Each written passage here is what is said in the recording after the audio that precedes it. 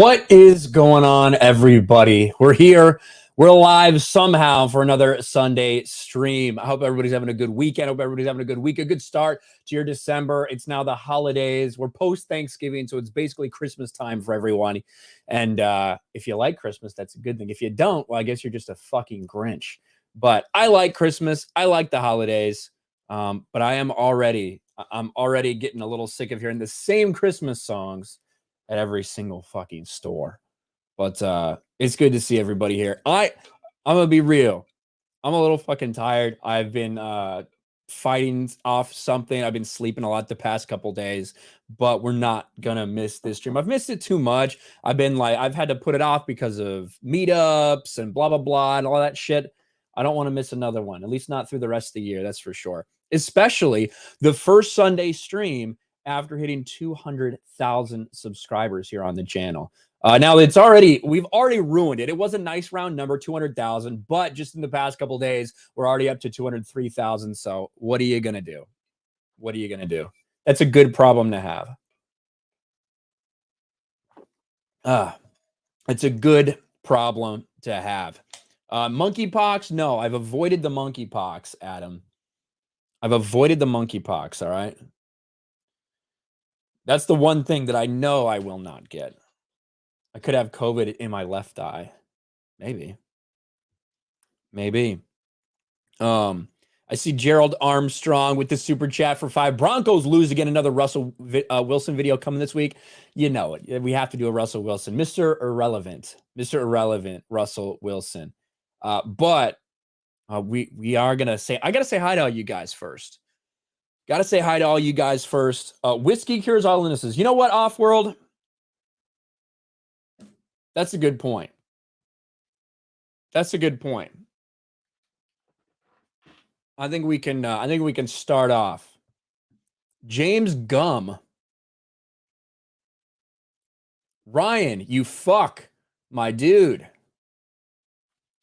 I don't know exactly, like Ryan, you fuck. Yeah, that's true. But like, are you calling me a fuck? Are you saying this guy fucks? What are you saying? Either way, James Gum, I like the name. We're going to talk about James Gunn here a little bit today because he kind of shit a little bit on Marvel, on the MCU, and considering the fact that he's about to be he is the head guy at DC, maybe there's a reason that happened. I don't know. Throwing a little shade at the MCU. Ryan, you fuck, bro. Yeah, it's the commas are the things that are throwing me off. No Pharaoh crown. Disappointed. Oh my gosh. Yeah, my Pharaoh thing is actually in my car. It's still in my car. So I guess, yeah, I'm not gonna go all the way down there and get it. Maybe if I get really drunk one time on stream, I'll do it. That's about it. Yes, that's what I mean. The commas are Ryan, you fuck, bro. Yeah, the commas are throwing me off in these things, guys, just so you know. But let's say hi to everybody in the chat. Let me scroll up a little bit. Transitioning Drunk 3PO is here. Spazzy Me, Antoinette Lopes, Sol Jaron, Anthony Amato, Hugo M, Taysar Jasper, Nick Napoli, Joe Knuckles, Eric Stratton, The Common Nerd, Kevin Cron, Keely Chow, The Beampad, Offworld, Uncivilized Nev, Kirsty is here, Bruce, Cleveland Brown, Andromaz, My Nerdy Home, Eddie P, Lulu Blue, Z Highness. Everybody's in chat. Thank you guys for being here. David Garcia, Bert says, what up, 200K, Ryan? Not much, man. It feels exactly the same. Gerald Armstrong, Jeff Whalen, Queen Clarity, Spider Unlimited, Chris Curran. Good to see everybody here. Yeah. We're going to see if the alcohol can burn away this sickness a little bit. Don't know how long we're going to go. Just kind of depends, but we shall see. Now, I did get a super chat before the stream even started from John Orchard for $10. You can go to the Whiskey Locker shipmate. I was going to be a nuke, but decided to be a Marine. Semper Fi, much respect. Well, thank you, John. I appreciate your service, brother, for sure. Hey, listen, Marine Corps and the Navy are going to give each other shit. That's what we have to do. It's what we're fucking required to do. All right. At the end of the day, we're on the same team. So shout out John Orchard. Cole Hauser for Canadian 15. I don't know what the exchange rate is right now, but thank you, sir. Hail, Ryan. Thanks. In what will be a great Sunday evening. I'm a Transformers G1 fan, but the fact they did a race swap will suck balls. Beast Wars sucks, by the way. Keep up the great work. Peace. I don't know shit about I don't know shit about Transformers, to be honest. Like I watched some of the cartoon here and there, but I was never like super into it. I I don't even know if I watched the Beast Wars trailer. I don't think I have yet. I don't think I have. What is this shit? 3 new members needed for a Pharaoh Ryan emoji. Do we have a new emoji spot that we can unlock today? Is that what's going on? Well, there you go. There you go. Spider Unlimited for 5. Does Disney own the Broncos? Seems like it, both crashing and burning at the same time. It's rough, man. Like, what's going on with Strange World is really fucking pathetic and sad. Like, holy shit, it's gonna be bad. It's so fucking bad and funny because it's another Disney bomb. Paul Schlock for 2. No Pharaoh Crown. Disappointed. Well, again, we might bring it out at some point. We might bring it out. Matt Guillemette for 2. Gargoyles fan. You know, I used to watch the Gargoyles show. It was like back in the 90s or something, right? But I don't have any real lasting memories from it. So maybe not. I don't know. Is Strange World gayer than Bros? I don't think so. I think Bros is the gayest movie ever created. The gayest movie ever created.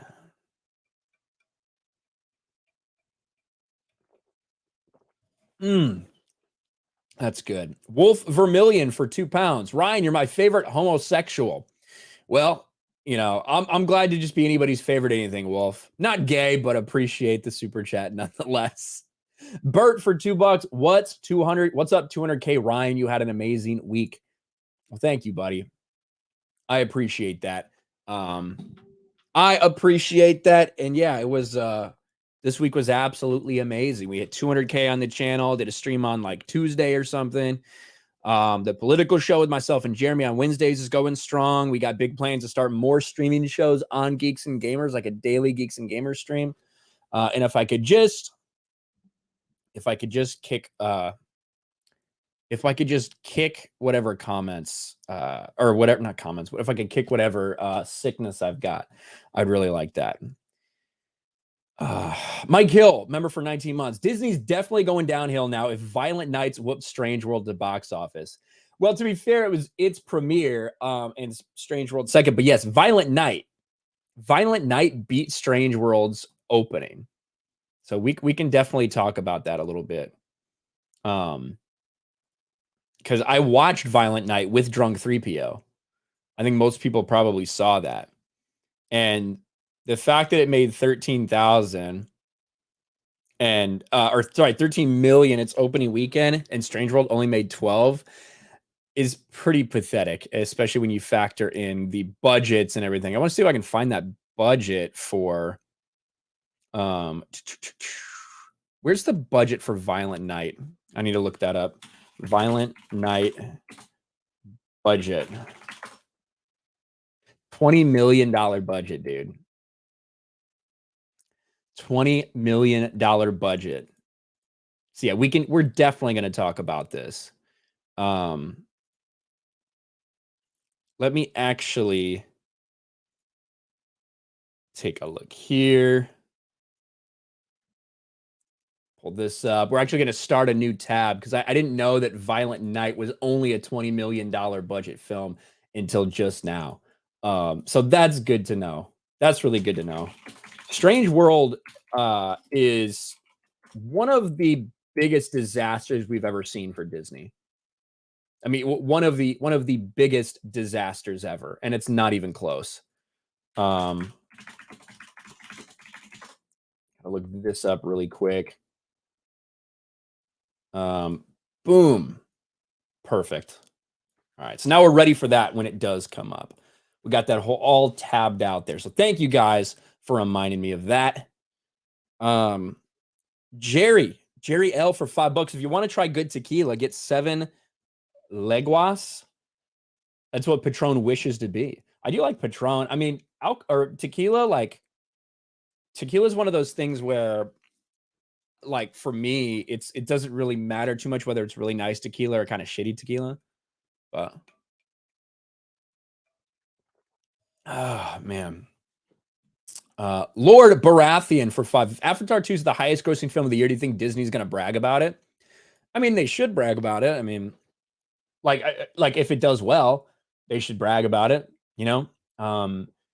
Right now, the highest grossing film of the year is Top Gun Maverick. I certainly think they should be bragging about it. And we will see what happens with Avatar. Like right now, for Avatar to hit 1.5 billion, I think that's a tall task. And according to James Cameron, it needs to make 2 billion just to break even, which is crazy to think about. But we'll see. I'm way more interested in how Avatar does in the box office than I am interested in Avatar, funnily enough. Just something that's coming out 13 years after the original, something that didn't leave a lasting impact in culture, that nobody like does quotes from it or anything. Like, at least take Top Gun. Nobody was asking for a Top Gun sequel, especially not like 36 years after. But like Top Gun has some cultural relevance. You know, there's lines that are quoted from that movie. There's references that people make to that movie, like fairly often. Avatar just has like no cultural significance like that. Now it did massive things and it was technologically advanced and incredible in that way, but who really gave a fuck? You know, who gave a fuck about the story of Avatar and who wants to see that continuing? So I don't know. We'll see. I don't think it's been marketed a lot, but the marketing hasn't wowed people like the first one did, because quite frankly, it's not anything new. It's not anything special. Taker 610. Did you get all the super chats on the Sports Wars stream? I did, Take. I mean, I read one from you on there. I read one from you on there. I can make sure. Let me switch over to Sports Wars really quick, and I will check and make sure, buddy. Scotiabound for $10 says, opening my wallet brought a tear to my left eye. Just the left eye. Just a tear. Your left eye. Well, thank you, Scotiabound. I appreciate that. Taker, I read your LeBron. What is your favorite quote? Or what is your favorite quote from Friday? LeBron said the one in space with Chris Tucker, Bruce Willis, Ice Cube, right? I read that one. And I read the favorite line from The Shining one. And I read how dare Jerry Jones be standing in the crowd. Yeah, Taker. So I read those. Not sure if you heard him or not, but I did read them. Mr. Knox for 5. I'm conflicted. Guardians of the Galaxy 3 trailer looks good. However, F Disney. What are your thoughts? Think they will mess it up? I think it'll be fine. I think it'll be fine. I think, I usually like James Gunn's movies. I do. I think that Guardians of the Galaxy 2 was a drop-off from Guardians of the Galaxy 1 for sure. But I don't think it's one of the worst things in the MCU for sure. But yeah. Let's see. Let's see here. Where are we at? To Guardians Galaxy 3. Adam Warlock looks like shit. Yeah, that's such a big miss for them to miss out on Guardians, you know, or on Adam Warlock. Really stupid decision. Here, I'm not going to play the trailer because I just want to get a couple images from it. But we get this first one of them walking down. Yeah, that's a good one to pause on because there's something I want to talk about with this, and it's James Gunn. We got to talk about James Gunn because he had some things to say. That's the topic we'll start with today. If you guys aren't familiar with the stream, we talk about super chats, we answer questions, but then we also, talk about all these actual topics here. And the first one I do want to talk about is that Guardians of the Galaxy topic. Get the fuck out of here. Why is that there? All right.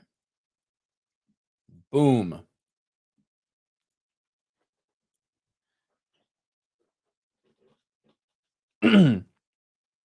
On the same day, Disney decided to drop a ton of trailers. Now, of course, that's involved with the convention that's going on as well, but we now have a full look at the original trailer for Guardians of the Galaxy 3. And let's be real, people are pretty happy about it when you look at this like to dislike ratio. Overwhelming support so far in reaction to the Guardians of the Galaxy trailer. However, James Gunn is using this opportunity to talk about Guardians of the Galaxy to seemingly take a little bit of a shot at Marvel and the way that they've utilized some of the Guardians outside of his movies. Take a look at this. James Gunn admits that 2 Guardians got wasted in the Avengers and in the Thor movies. James Gunn believes 2 members of Guardians of the Galaxy were wasted in recent Avengers films and Thor: Love and Thunder. More than 5 years have passed since Guardians of the Galaxy Volume 2 arrived in theaters, but that's not to say the MCU has been without Star-Lord and company. The Guardians played a significant role in Avengers: Infinity War as well as Endgame, but post-Iron Man snap, their appearances have been minimal at best, including in Thor: Love and Thunder. Fortunately, the Guardians holiday special put an end to that. I haven't watched that yet. I've actually heard from a couple people it's decent, but haven't got around to watch it. Don't really plan to watch it either. However, the Disney special's focus on Drax and Mantis also served as a reminder of how little screen time they've received.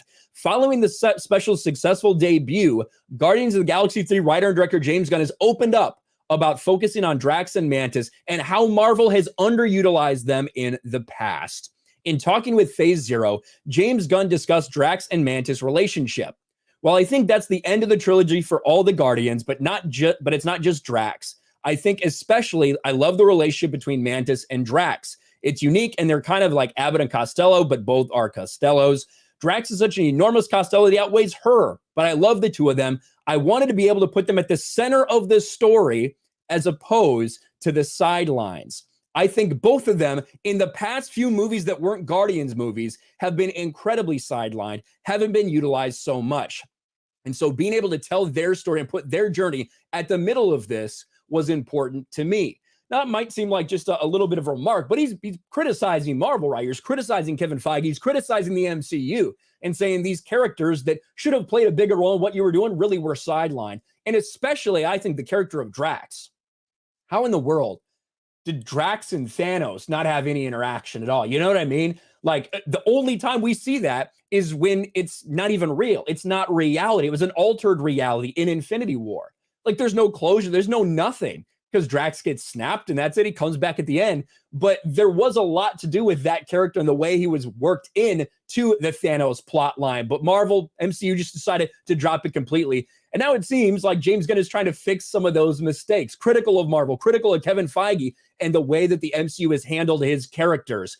And is part of this because James Gunn is now head of DC Studios, because James Gunn is leaving Marvel and going to DC. In fact, he is the head of DC Studios right now, actively working on DC stuff while he has Marvel things that are coming out. He's going to be having a Marvel project, Guardians of the Galaxy 3 release, while he's working for DC. Pretty insane to think about. But I definitely think there's something to that criticism. Reportedly, Kevin Feige was not happy that James Gunn decided to go to DC. Wasn't happy they decided to jump ship and do that. But for James Gunn being a little bit vocal about how he doesn't like how Kevin Feige and Marvel and Disney have utilized those characters, I think there's something to that. But I don't know. What do you guys think? Marvel Snap. I heard that was good.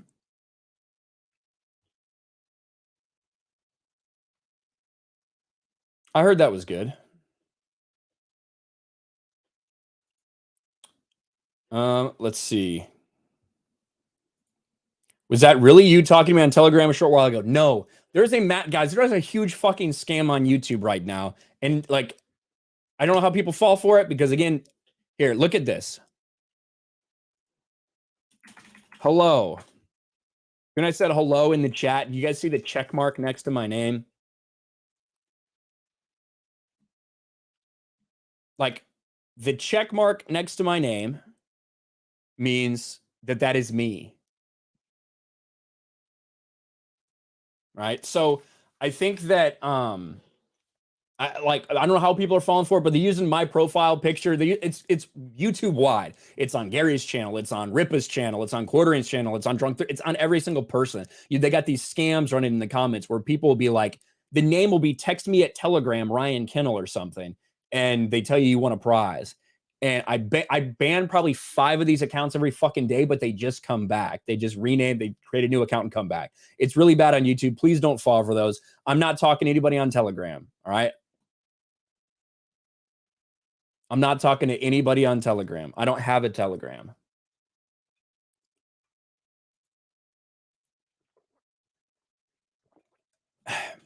I sent 2 Bitcoins. Is it lost? Yes, it's lost. Sorry. My impersonator stole my life savings. There you go. Yeah, Jay, it's everywhere. It's everywhere you look. 100%.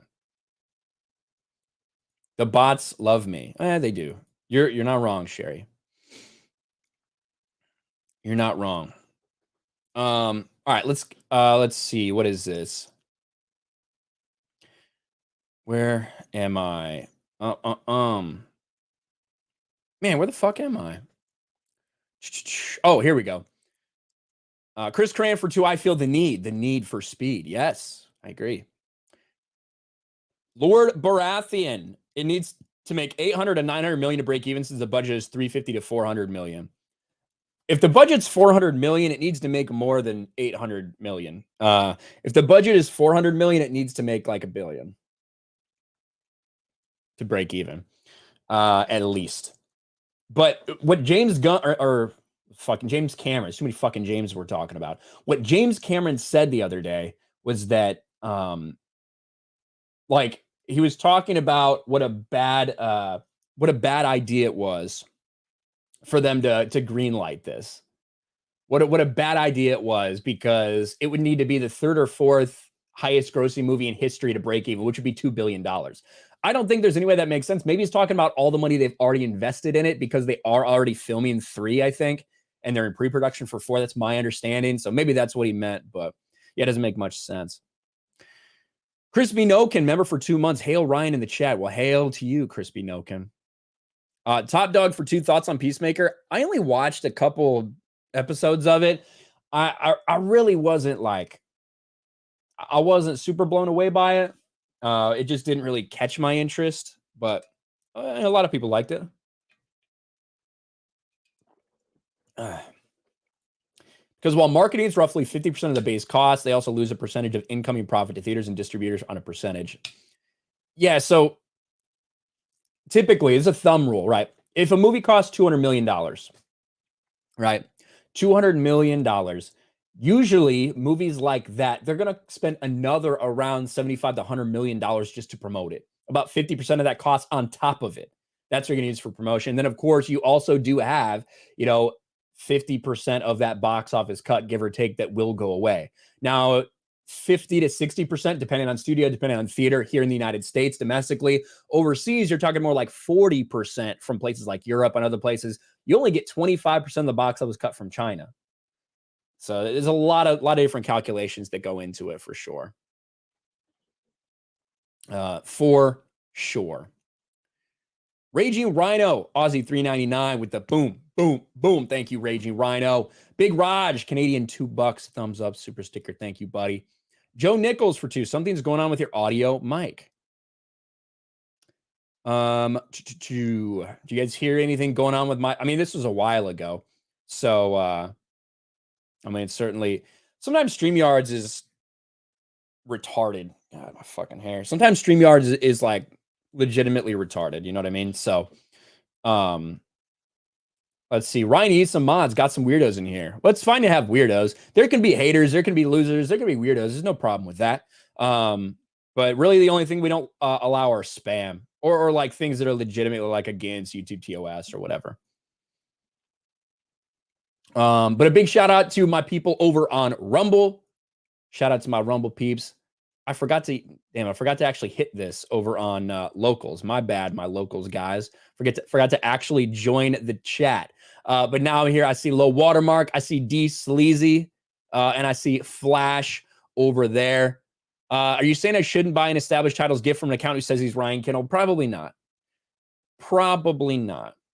That's just that's my suggestion. That's my suggestion. Boo.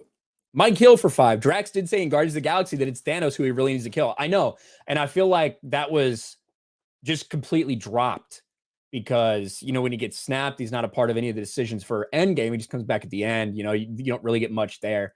So, yeah, I don't know. Do you think Michigan has a chance to beat Bulldogs in the championship game? Well, they got to get there, Kevin. I do think they'll beat TCU. I don't think they have much of a chance, but I thought they were going to get beat by Ohio State too, and they surprised me. So, and maybe they can get healthy, and maybe they can fucking take them down. I'd love to see it. Mike Hill for 5. Got the dork from where the Millers to play Adam Warlock. Bad casting, in my opinion. I don't like. I wish his hair was a little bit different. I didn't see enough of it there, and I haven't seen enough of that actor in general to know. You know. The biggest problem with the Adam Warlock thing is that he should have been here already. He should have been there instead of Captain Marvel. They set him up. James Gunn set him up twice. Set him up with the first Guardians at the end because there was that cocoon that was broken open in the post-credit scene or mid-credit scene, one or the other. And then in Guardians 2, obviously, we know, and that's how we're going to see him in this. But he should have been in Infinity War or in the Infinity Saga. No doubt. Miss English is not looking forward to anything Disney or Marvel put out. Yeah, I don't think many people are. I don't think many people are anymore. Wolf Vermillion for 2. Chances you come with Gary and the band to UK. I don't know. I need to get my passport redone. I do need to do that. Because my passport's actually expired now. So I would need to do that and just make a lot of plans. But we'll see. Companies only get 25% of the overall box office cut from the box office in China. So if you see a movie that makes $100 million in China, the studio is only getting $25 million of that, roughly. That's what that means. Flaccid Phoenix, what's up, man? What DC movie character do you want James Gunn to bring to screen first? Nightwing. I mean, not James Gunn necessarily, but I want to see Nightwing in the fucking DC universe, please. Society Reviews 2. Georgia's going to beat Michigan by 50, maybe 70. We'll see. Avatar 2 making $1 billion in China. Well, one, a bunch of them are fucking locked up and aren't allowed to do anything on lockdown, so I don't know how that'll affect it. But two, like I said, even if they do, it's not like making $1 billion here. You know, you're not getting that same kind of cut. But it could make a lot. I mean, it made a shit ton. The original Avatar made a shit ton in China. I think it made did it make like 500 million? Avatar, the numbers. Hold on. Let me look it up. Box office international. No, it didn't even make that much. Holy shit. It only made, the first Avatar only made $265 million in China. Compared to, didn't Endgame like 400 million?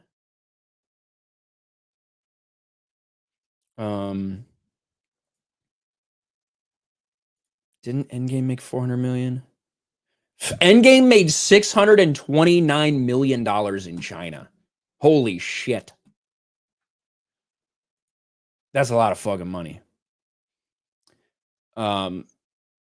Raging Rhino for a member for 1 month says, hey, Ryan, what are your thoughts on the Acolyte being the first ever Star Wars story told from a Sith perspective 100 years before The Phantom Menace?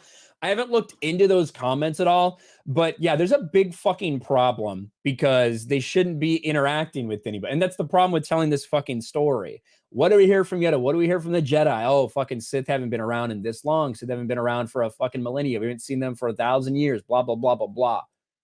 So yeah, it creates a kind of a big problem, but Disney Star Wars doesn't fucking care about that. You know that, Rhino. Work Life 316 for 5. Been waiting on a sequel to District 9. I think it's too late. Your opinion? You could probably do it, I guess. I don't know.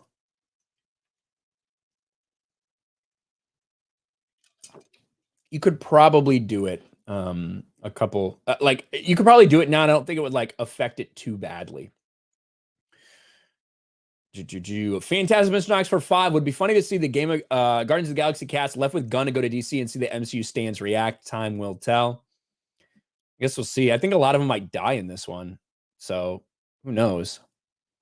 I don't know why my Odyssey is like, all right, there we go. There we go. Now it's better. Amazon MW for $5 over on Rumble. Marvel, or more accurately, Feige, blew it with Infinity War and Endgame. Warlock and Drax are key in the fight against Thanos in the comics. Should have been front and center in the movies. There you go. I think that he's on to something. Wolf for $1 million for 2. Bro, District 9's a masterpiece. Poor Wick is still a prong. I want to... God, I got so many fucking tabs open, you guys. Y'all got no fucking idea. I can get rid of this one, though. That's a Brittany Griner one.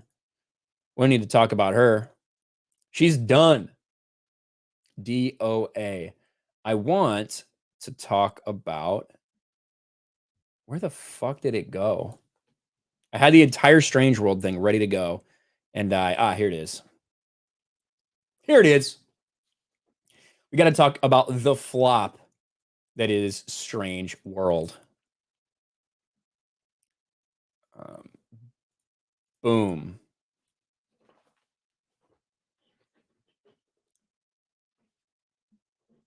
It's been a bad few years for Disney at the box office. When you look at things like Marvel Phase 4, when you look at all the animated projects that they've been putting out that have been disappointed, and not just that, completely and totally flopping to the tune of hundreds of millions of dollars lost for Disney. When you heard about the newest animated venture, Strange World, that was going to be focused on a gay teen romance and an environmental propaganda message, you know, it probably wasn't going to go so well at the box office, but really nobody thought it was going to be this bad. After the failure that was Lightyear, a $200 million budget that just barely cracked $200 million worldwide, meaning an overall net loss of nearly $200 million when you factor in the box office cut, when you factor in the marketing, all of that. Strange World is set to be even worse. Disney's gay green Strange World to lose $147 million.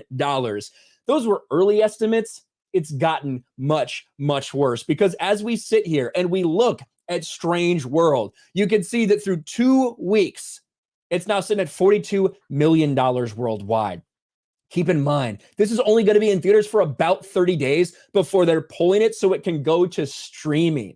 So this is a movie that likely will not crack $100 million worldwide. It would be a miracle if it did at this point. When you look at this box office weekend, it made less than $500 million in its second weekend. Only $12 million that first week. And of course, it did have a little bit of a boost because it got released right before Thanksgiving. You saw, $800,000 on Thursday, that 4.1 million Wednesday total.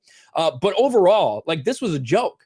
This is a joke for Disney. A movie that cost nearly $180 million. That's the budget for this thing. The budget for Strange World is $180 million, according to reports. And it's not even going to come close to $100 million. Potentially one of the worst bombs we've ever seen in the history of Disney animation, especially when you compare it to the other things that are coming out right now. Violent Night. I don't know if you guys have heard this. The R-rated, it's not really a horror movie. It's just like an action R-rated violent Santa movie, which I did go see at the theater the other day. Violent Night, which cost $20 million to make. That was the budget for this movie. $20 million. Had a bigger opening weekend than Strange World.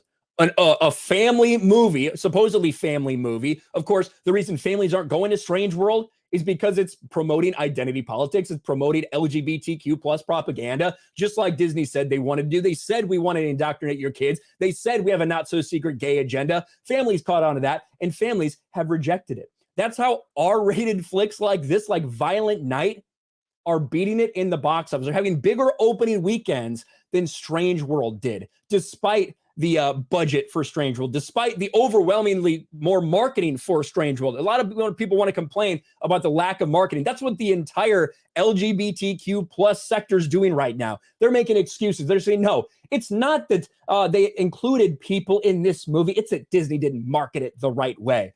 Well, when you look at all of these things that have focused on the LGBTQ relationships in the past couple of years at the box office, they've all disappointed because people don't want to go just to be preached to about something. People want to go to be entertained. They don't want to go there knowing that the reason this movie was made was because of some woke narrative, some propaganda message. And that's what Strange World is. That's why it's completely and totally bombing at the box office, even getting beat by low budget R-rated flicks. Because quite frankly, families are not supporting Disney anymore. The audience is not supporting Disney. Disney went woke, and now this is the end result. Strange World bombs at the box office. All right, get rid of that. Man. I am freaking feeling it. I do not feel good.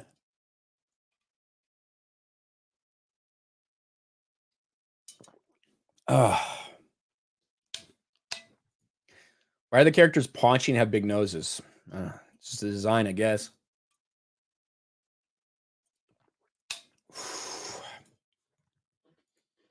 All right, let me check a couple of these other here, guys. Where am I? I think we're good there. Shout out to my people on Rumble. Strange World's graphics don't even look that good. Yeah, they look dumb. They look really stupid.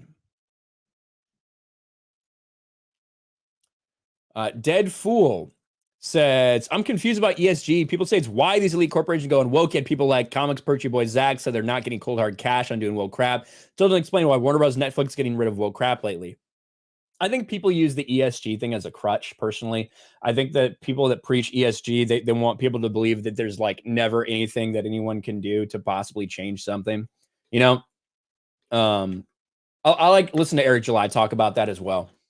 So it's it is a cop-out. It's a cop-out. And some of the reaction you're seeing, like at the end of the day, I think Bob Iger set up Bob Chapek to fail. There's no doubt about that with the way he left right before COVID. And then having the ear of probably some of the people that are still surrounding Bob Chapek and things like that. But the reason they made that change is because Disney is doing so poorly. Disney lost $1.5 billion just in streaming last quarter. So in a 3-month period, they lost $1.5 billion on streaming. Despite picking up a bunch of Disney Plus subscribers, they're losing more money than they were the year before. So what they're doing, the way they're operating, the businesses they're running, it is not sustainable right now, especially in the streaming market. And especially when you look at these box offices. The Thanksgiving box office was the lowest in history. You're seeing people panic. Disney's now trying to cut costs everywhere. Guess the ESG didn't help them there, right? They're cutting costs, right? They're firing people. They're doing hiring freezes. Well, where's your ESG money? I don't know. Look at what Warner Brothers Discovery's doing.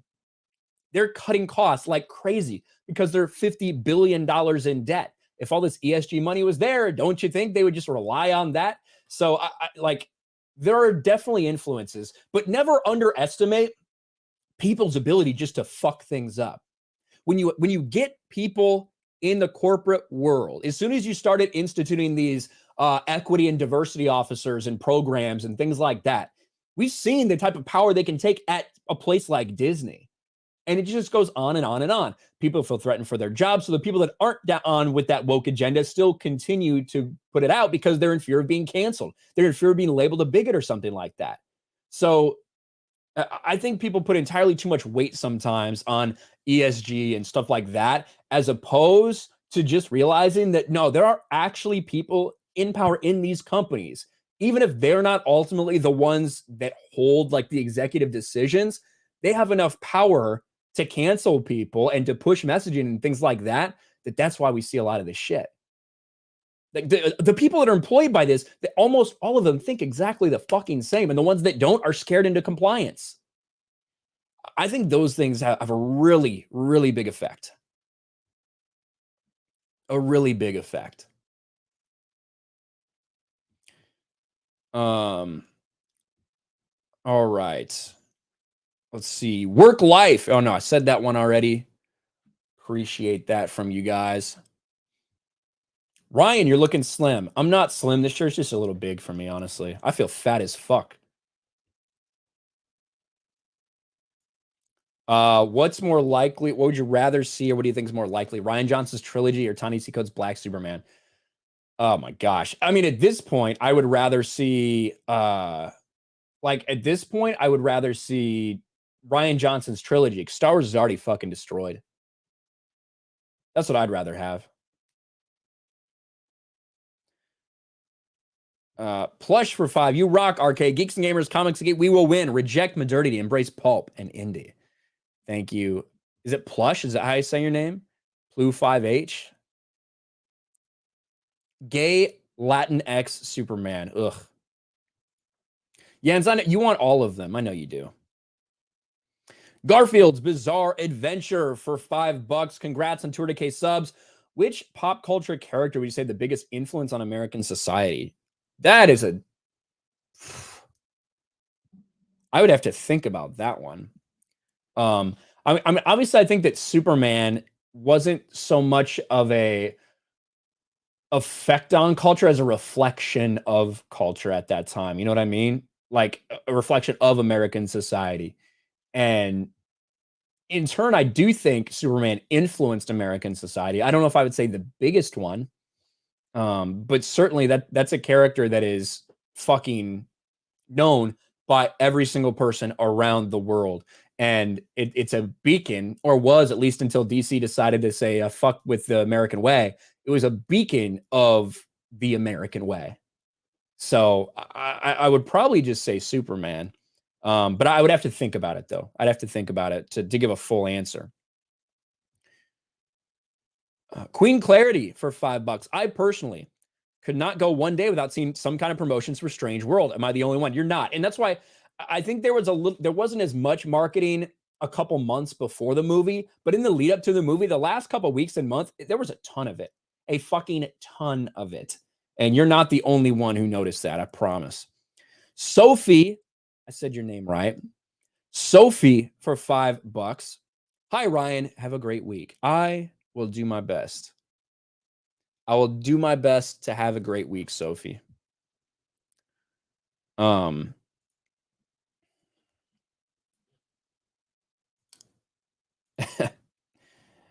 You know who's not having a great week? You know who's not having a great week? Is Mark Ruffalo. Mark Ruffalo, not having a great week. Just like so many of the woke Hollywood elites, not having a great week.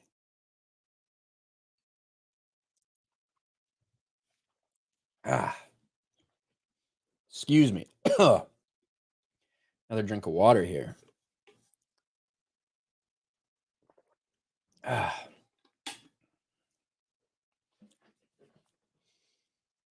In the past several weeks since Elon Musk bought Twitter, the meltdowns have been glorious, especially from people in the entertainment industry. You have these rich Hollywood elites who are claiming, no, you can't let this billionaire run everything, while they were completely fine with other billionaires owning things like Facebook, billionaires owning things like the Washington Post, when you look at Zuckerberg, when you look at Jeff Bezos. But now that there might actually be some equality on a platform where conservatives might not get censored to the same level that they were before, all of a sudden, the woke Hollywood elites are having a meltdown, and Mark Ruffalo is one of the dumbest motherfuckers out there. So, of course, Mark Ruffalo has been one of the ones to most vehemently oppose Elon Musk's ownership of Twitter. Mark Ruffalo's call for Twitter to be heavily regulated gets ripped by critics. Hulk smash free speech. Twitter users accuse the actor of undermining the First Amendment and freedom of expression. Actor Mark Ruffalo called for Twitter to be heavily regulated for misinformation in a highly criticized tweet. As a worldwide public square, and here's his, let's go here. Let's see his tweet. Let's see Mark Ruffalo. As a worldwide public square, this app should be heavily regulated for misinformation and spamming by hostile interests. If Elon can't do that without his company, it should be seen as a public utility under governmental supervision. This system, unregulated, will be more deadly. These are the people who, when people complain about being censored, because that's what was happening on Twitter. We know that now, especially with the Twitter files coming out, with the exposing of all this. Conservatives were being censored at a very, very high rate. So what did the people on the left, what did these woke Hollywood elites say? It's a privately owned company. It's a company that can do what they want. They can run it how they want. If you don't like it, go to a new platform. Well, now that there's actually some equality going on, right? Now that there's actually being rules applied equally to different people, what do we see? We see these people like Mark Ruffalo calling for the government to take over Twitter, to take over Elon Musk's privately owned company. And you see a lot of people blasting in the comments. Even there's my nerdy home. You are literally the govern me harder daddy meme. The quartering, reminding him of his support for all the disgusting people in this world. A lot of pushback. You'd see all the quote tweets compared to the likes. He got hammered for this, and rightfully so. Let's look at some of these. Others poked fun at his Avengers character. Hulk, far too trusting of government regulation and restriction of speech. Hulk smash free speech, and kind of on and on and on. It shouldn't take a legal scholar to realize he's got this backwards. If Twitter is the public square, then the First Amendment strictly limits the regulation of speech. Mark Ruffalo is one of the fucking dumbest people in Hollywood. Him and Alyssa Milano, they combined have an IQ of approximately 15. One of them has an 8, one of them has a 7. I don't know which. You guys can decide who's smarter, Alyssa Milano or Mark Ruffalo. Actor comes out against freedom of expression and asked the government to govern him harder. And he didn't stop there. He continued spreading, ironically, misinformation from the New York Times. Elon Musk sent up the bat signal to every kind of racist, misogynist, and homophobe. The Twitter was open for business, says Imran Ahmed, the chief executive at the Center for Countering Digital Hate. So what kind of business, what kind of center is that? I'm glad you have a job doing that, buddy. They have reacted accordingly. And what is the reality? We've seen the numbers. We actually know that since Elon Musk took over, quote unquote, hate speech, which I don't actually believe is a thing, but quote unquote, hate speech is actually gone down. The impressions for hate speech have gone down since Elon Musk took over. That doesn't stop people like Mark Ruffalo trying to spread these lies. And Elon Musk even responded and ratioed the New York Times 400,000 likes to the 50,000 likes from the New York Times. Interesting that the New York Times haven't covered anything related to what Elon Musk just unveiled about the government censorship that was going on with the Hunter Biden story. Very strange. It's almost like the New York Times is severely and completely biased and are willing to publish fake news at any and every opportunity. But this is not going to be the end for these Hollywood losers. They said, if Elon Musk takes over, we're going to leave Twitter. And of course they didn't. They can't. These are the only platforms where they have any type of relevance. They have to stay on there. They have to stay on Twitter. And the vast majority of them, even the ones that said they were leaving, are staying there. And of course, they're going to get roasted for their hypocrisy, but that's nothing new for them. Mark Ruffalo getting roasted for his dog shit takes about Elon Musk because once again, these far left activists in woke Hollywood just can't handle that some people might actually be able to speak their minds. And they despise Elon Musk. You didn't get Smart Hulk. Is that what Robert Downey Jr. said?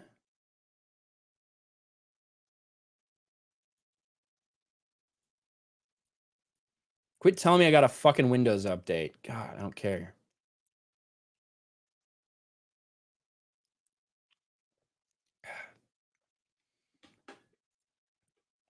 That's true, Rabbit.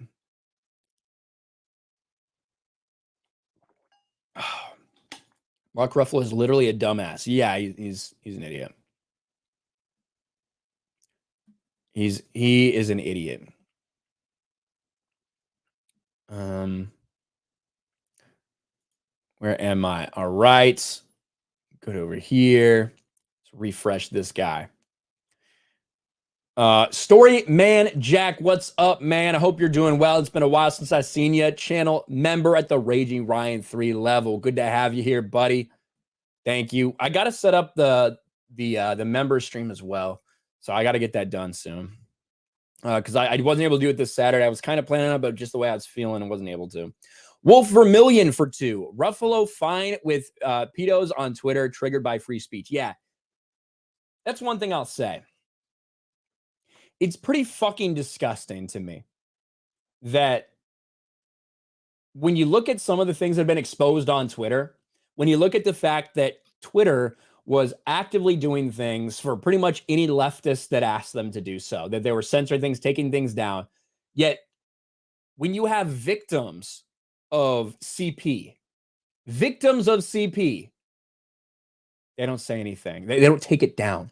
They refuse to take down when a victim that has their own CP up there is contacting Twitter. They don't take that down. They were fine. They didn't take action on any of that stuff that was going on. And the child trafficking, none of that. Elon Musk takes over immediately, fucking wipes a large chunk of it out. Why couldn't Twitter do that before? It's almost like it wasn't a priority for them. Almost like instead of combating things that actually cause harm in the world, they were focused on things that don't cause harm. Evil fucking people. Story man Jack, member for 22 months, says these people are desperate to pander so they get work because they're horrible people and actors. DEI is more important than character or story. Thank you, story man Jack. Cool shirt is in your merch store. It's evidently I need to put a shirt like this in my merch store because everybody's asking me about that. I got it at some random store, so. Let me work. I'll see if I can work on a design for something like this. Won't be exactly that, but inspired by. How about that? We'll see what I can do. No promises.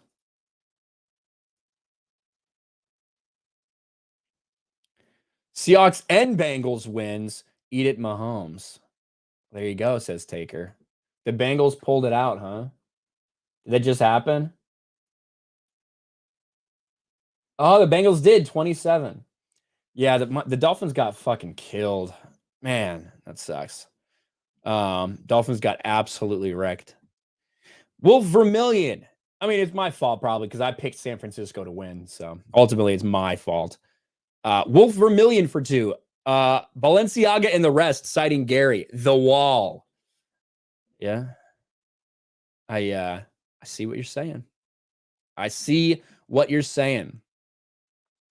Alyssa Milano is one of those chicks you fucked and say, oh, gotta go.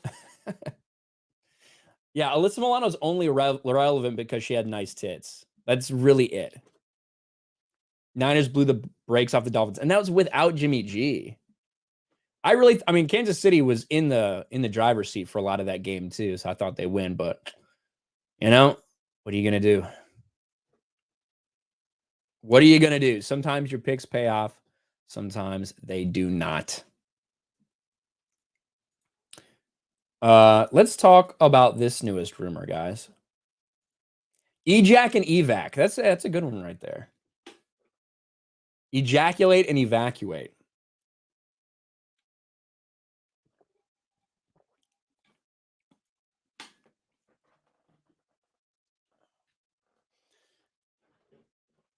There have been a ton of shakeups at Disney over the past several weeks. And when you look at the last year, how can you doubt that there would be shakeups? Stock at a multi-year low, losing nearly half of its value from the year prior. When you look at the parks, a disappointment. When you look at the box office results, massive disappointments and even flops for Marvel and for everything else with Disney. And of course, the streaming services losing $1.5 billion in just the past 3 months. So it shouldn't be surprising that there's discussions of some big restructuring at Marvel as well, because quite frankly, phase 4 of the Marvel Cinematic Universe, the MCU, was a complete and total disaster for Disney, with disappointments at the box office, with straight out flops at the box office, and of course, a streaming service that simply can't make money for them because people aren't tuning in.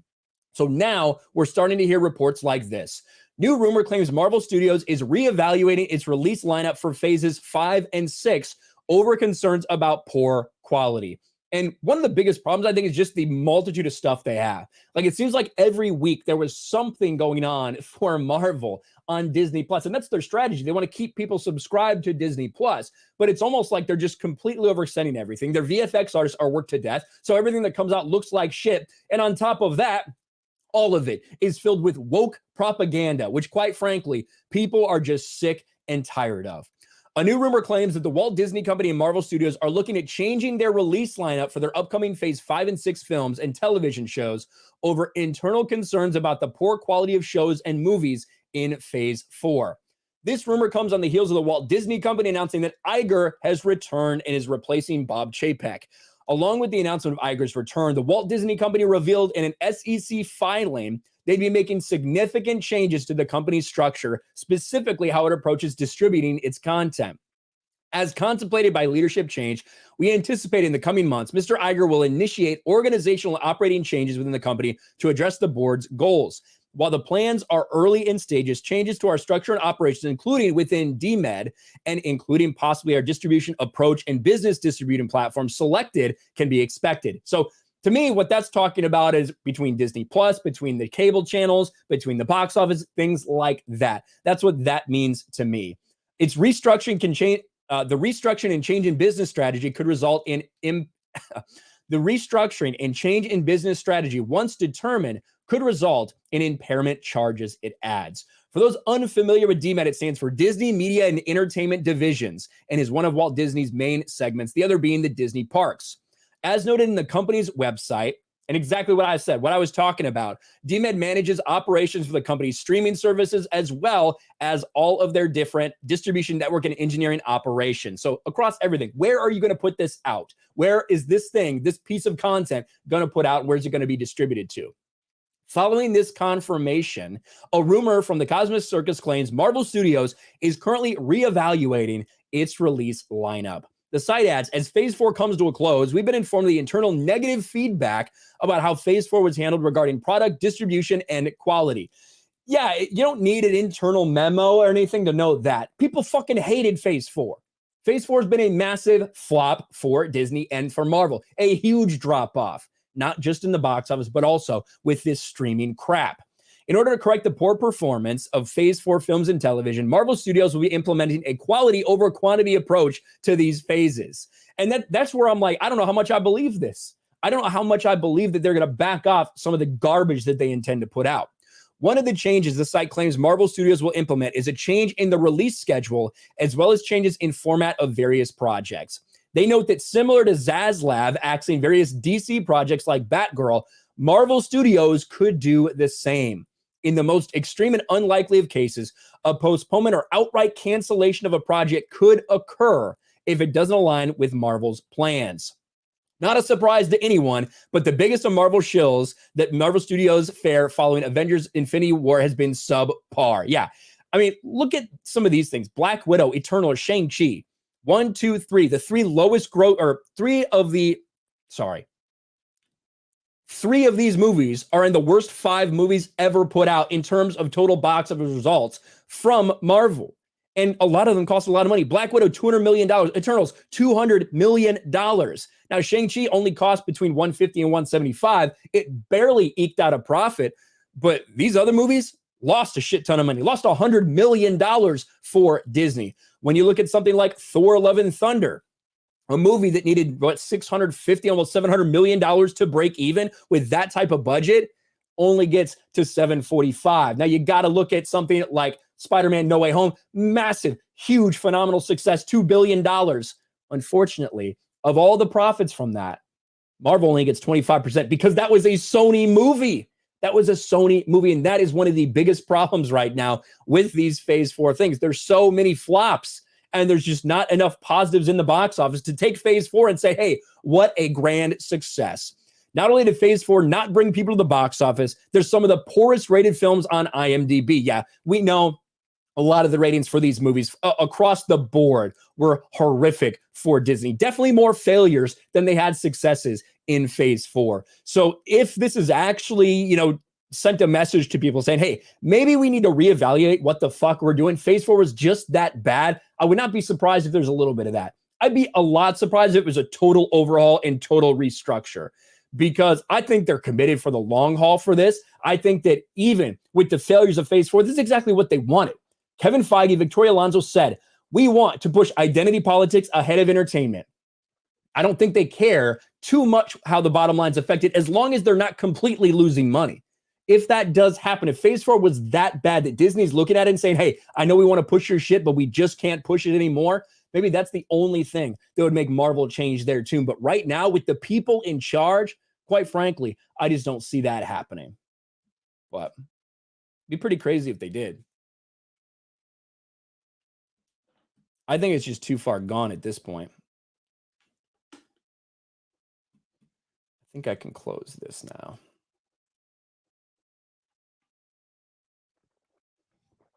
Oh, man. Fuck.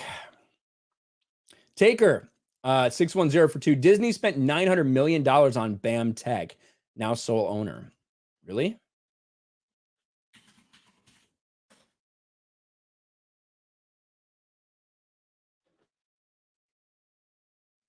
Like, isn't that just a streaming? Is it a streaming service, or is it just a streaming is it a streaming service, or is it helping with the platform itself? I don't really know. But thank you, Taker. And then Taker for $2. Marvel Phase Bore to Marvel Phase Dive. That's pretty good. Albert, not a retro, for $5. I said it before. The writing was on the wall when Sharon Carter eulogized Aunt Peggy with a woke version of Cap's River of Truth speech. Right, it was on the wall for a while, but yeah, you're right. Dermy Wormy for 2. Kevin Feige came out and said Ant-Man 3 is peak MCU. We'll see. I don't know if that's a good thing. For hearing that peak MCU, I don't know if that's a good phrase anymore. Back home and got your bruise. It's Yingling time. Nice. By the way, obligatory She-Hulk Fierce Steph. Thank you, Albert, not a retro. I appreciate it. Ugh, Splash Mountain is racist. Of course it is. Of course it is. Why wouldn't it be? How could it not be? Man. We're going to see how long we can stream. Lord Baratheon for 5. The only way they'll change is if they have more Black Widow in Eternals. Thor and Black Panther underperform, but they still profit. Yeah, 100%. And Wakanda Forever is going to make a profit too. I think Wakanda Forever is going to end up exactly where I predicted. I said between $850 million. Now, that's still a disappointment, a huge disappointment for them. But that's kind of what I expected. Somewhere between Thor Love and Thunder and Multiverse of Madness, that looks to be where it's headed. The numbers that are going to be kind of like flipped from what we saw internationally to domestic, from what we see from most MCU movies. Most MCU movies make more internationally than they do domestically. Not so the case with Black Panther, Wakanda Forever, and not the case with Black Panther either. I think DC will be better with James Gunn. I think they'll be better when they stick to a fucking story. Stick to a plan. That's what I think. I think that'll make it better. Do you think Sony could make Marvel great again? I don't know about that. That seems like a lot to ask for, to be honest with you. Better than Thor, but worse than Doctor Strange. Yes, exactly. That's what I think as well. Marvel won't let Morgan Stark be Iron Man. They've already got Ironheart, so they've already got Ironheart. Sony's good, no? I mean, well, when you look at what they've done, what have they done with Marvel so far? Now, the movies they make when they work with the MCU guys have been really fucking good. Not really fucking good, but good compared to a lot of the MCU shit. When you look at Spider-Man No Way Home. I wasn't a biggest fan of the first two Spider-Man, but I think a lot of that is simply because of that was the Marvel plan. They wanted that type of Spider-Man. But when you look at Venom, I think Venom's fine. Venom 2 is kind of dog shit. Morbius, dog shit. So I wouldn't like put all my eggs in the Sony basket, certainly.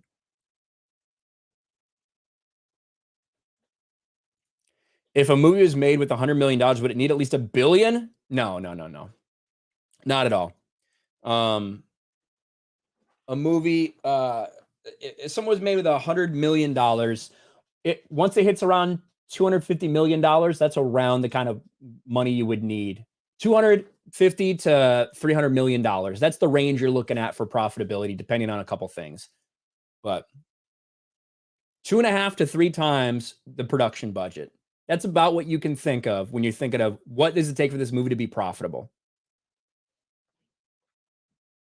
So, and a lot of that depends on like where it's actually at and things like that. All right, I got to refresh this guy. I got to refresh this, and I probably should put my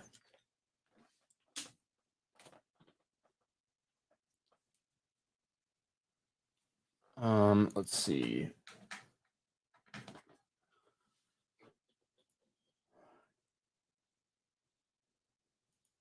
All right, here we go. Got it.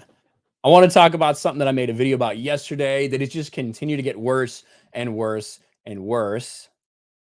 And that is the reaction to the Meghan Markle and Prince Harry trailer on Netflix. It is getting fucking destroyed. It's getting annihilated. Annihilated.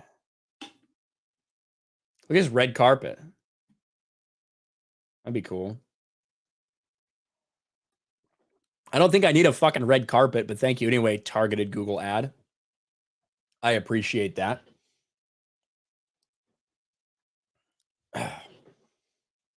It's no secret that Meghan Markle is hated by a lot of different people, especially in light of everything that's happened with the royal family. This is someone who was a C or D-list Hollywood actress that only got by and only got opportunities because of her looks, who decided to play the victim repeatedly over and over again, decided to become a woke activist, and somehow parlayed all of this into marrying into the royal family and immediately decided that she is just a huge victim once again. And ever since that moment, ever since that marriage, she's been complaining about the people of England, about the royal family, about everybody, about how you're just a bunch of racists and that's why you don't like me. It can't possibly be that you're just an insufferable bitch. But when Netflix decided that they were going to tell the story of Harry and Meghan and make them sympathetic and say, look at what victims they are, shockingly, it didn't play over very well with everybody. Netflix Meghan Markle and Prince Harry docuseries trailer gets mercilessly trashed on YouTube. And we talked about this the other day. It has only gotten significantly worse. Look at this ratio. 20,000 likes to 236,000 dislikes for Meghan Markle. And now that people are actually breaking down this trailer where it makes them look like they're just constantly under attack, like I need to protect my family, to protect Meghan, all of these things, people are pointing out some of the laughable pictures and images that they used in here to try to convince everybody that these guys are the real victims. Let's listen to just a little bit about this. That's everything I could to protect my family. Whoops, it's in double speed. That sounds dumb. That's how I listen to shit. That's not how you guys are going to listen to it. I had to do everything I could to protect my family.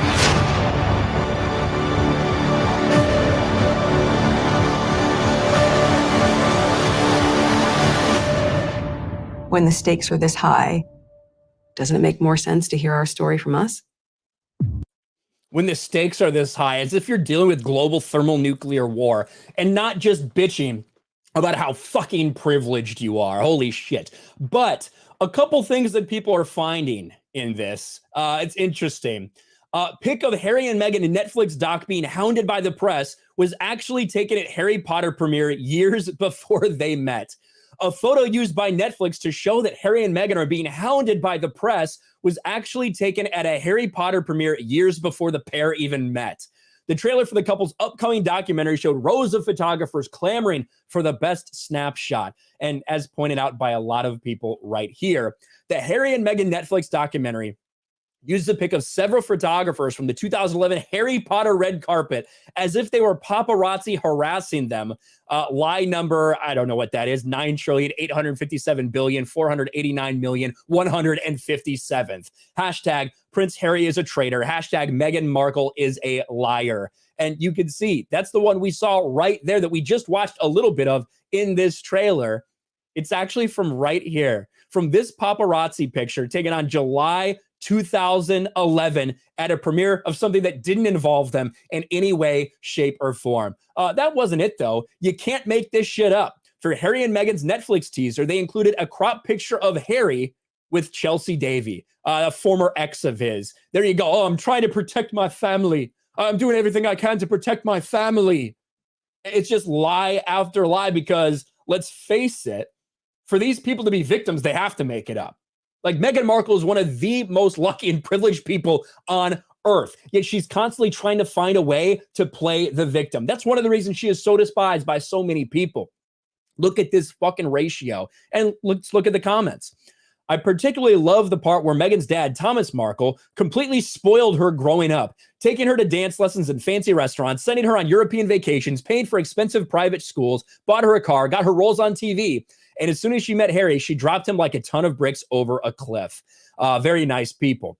I love the part where she took 13 foreign holidays, even though those nasty royals took her passport away. So brave. I love the part where Meghan revealed to the world how racist and cruel the royal family was for telling her that they have a hierarchy and she can't be the Queen of England. Really changed my life. Didn't know you could do that to your enemies. I'm so inspired.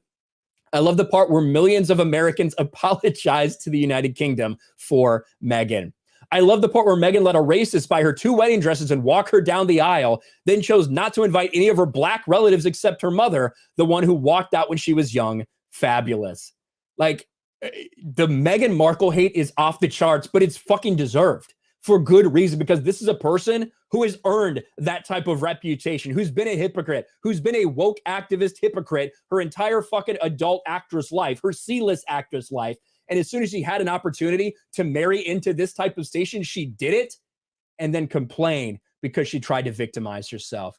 This is laughably hilarious to see the backlash that Netflix is getting for this, but it makes sense. When you make something like this, full of 2 people that are despised right now by all of the population in the UK and a lot of people here in America as well, you shouldn't be surprised when this type of backlash occurs when you promote a trailer that's full of more lies. But yeah, the Meghan Markle stuff was crazy. I know there's a lot of new subscribers just from that we picked up in a day. I think I picked up like 1,000 new subscribers from my Meghan Markle video, which is nuts to imagine. You guys did send me James Corden for punishment, bastards.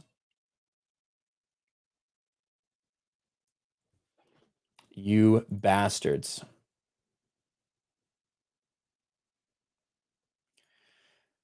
Let's see. Lord Baratheon for 5. Also, Marvel has a budget problem. They keep on producing films with $250 million budgets like Thor: Love and Thunder, Wakanda Forever.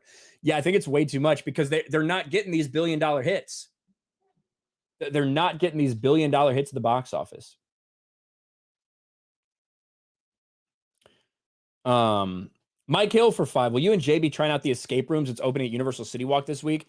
I actually saw that the other day. When me and Jay were there, we were eating hot dogs at that hot dog place. It's right next to where the escape rooms are opening up. So maybe we'll try them. I don't know. I haven't talked to Jay about it yet, but that'd be fun to do. Little escape room action. I think I'd do well. I think I'd do well there. Escape room. Fantastic Mr. Knox for $5. To laugh even more, the president of Harry and Meghan's foundation called Archibald jump ship after that traitor tanked. Oof. Oof.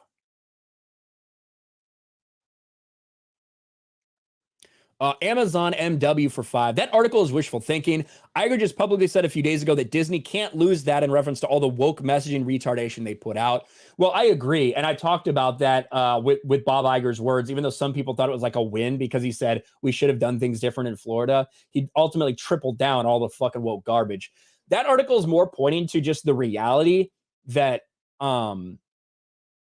like that article isn't really talking about identity politics and anything like that. That article is kind of talking about just the quality of the films in general. Whether you're talking about CGI and the VFX that are a problem in it, whether you're talking about the reception that people have had to it, that's more what that article is focused on rather than delving into the identity politics. Obviously, we all know that identity politics is a huge reason why they're tanking the way that they are. Albert, not a retro for 5. Netflix would show Meghan and Harry, but not the Red Pill documentary because the latter talks about men's issues. Boycott Netflix. Well, thank you, Albert, not a retro. Who would want to vote for Meghan as president? Literally nobody.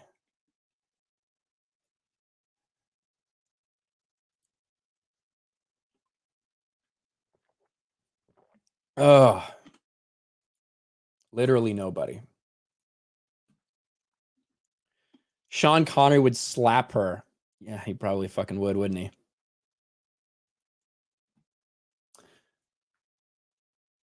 Yeah, should we talk about this? Oops, I just got a message. Oh, never mind. Get that out of here. Teams. I don't need to hear my Teams alert. Why do I have this fucking shit on anymore? I always accidentally leave my headphones in, and then I probably talk louder than I should. Although I probably talk pretty loud anyway. I probably talk pretty loud anyway, so it's not that big of a deal. Hail Sean Connery. Yes. Hail Sean Connery. Young Rip has Christmas merch. That actually sounds cool.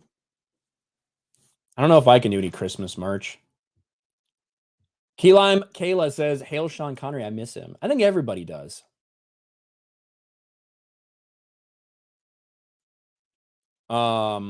Let's be rough. For 20 minutes in the escape room, I'm going to ask for a fucking action break down there. No, I'd figure it out. I'd figure it out. The RE20 is a great microphone.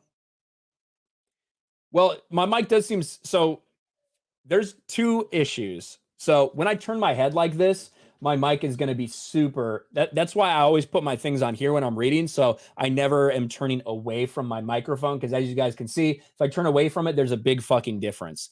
However, there are just some problems with StreamYard in general sometimes, where it just goes up and down. It's really fucking annoying. It's like some sort of something that the fucking website does itself.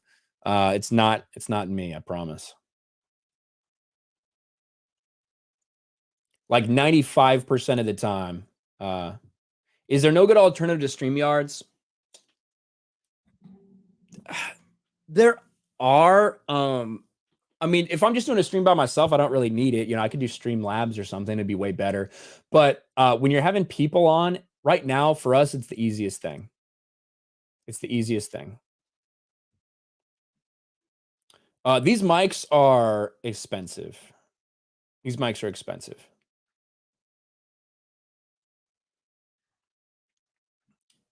I wanted to... God, I wanted to show you guys this. I fucking rolled my eyes when I saw this today. It's been over a year since Alec Baldwin shot and killed the cinematographer Helena Hutchins and injured the director Joel Souza on the set of Rust. And obviously, in that time, we've heard all sorts of denials and accusations and who was the cause of this, who was the cause of that, all these lawsuits that were filed. Well, now here we are, over a year later, and Alec Baldwin has settled some things with the Helena Hutchins family. Ironically, they're still going to move forward with the movie Rust with Helena Hutchins' widower as an executive producer, so he gets a cut of it. Kind of seems a little bit morbid to me, but hey, that's what they've decided to do. And now Hilaria Baldwin, the wife of Alec Baldwin, is speaking out about this. And once again, the Baldwin family are somehow making themselves the victims. Hilaria Baldwin, we're not okay. 1 year after Alec Baldwin fatally shot Helena Hutchins. I'm sure you know you're not okay. I'm sure it's been stressful and tough. You know who also is not okay? Helena fucking Hutchins. The one who got shot and killed because of the improper safety practices that were being practiced at the Rust set by Alec Baldwin. Alec Baldwin, who was a producer on this movie, who was responsible for all these other people who did or did not do their jobs. But yeah, we feel really bad for your family. Hilaria Baldwin said, "We're not okay," after being asked about her husband, Alec Baldwin's fatally shooting Rust cinematographer Helena Hutchins last year. "We're not okay. You can't be okay. No one's okay. It is a tragedy that nobody could have ever imagined." An apparently tearful Hilaria Baldwin told Extra after being asked about how she and her family are doing in the year since her husband killed Hutchins. Hilaria Baldwin's statement comes a little over 1 year since Alec Baldwin fatally shot Hutchins on October 21st on the set of Rust.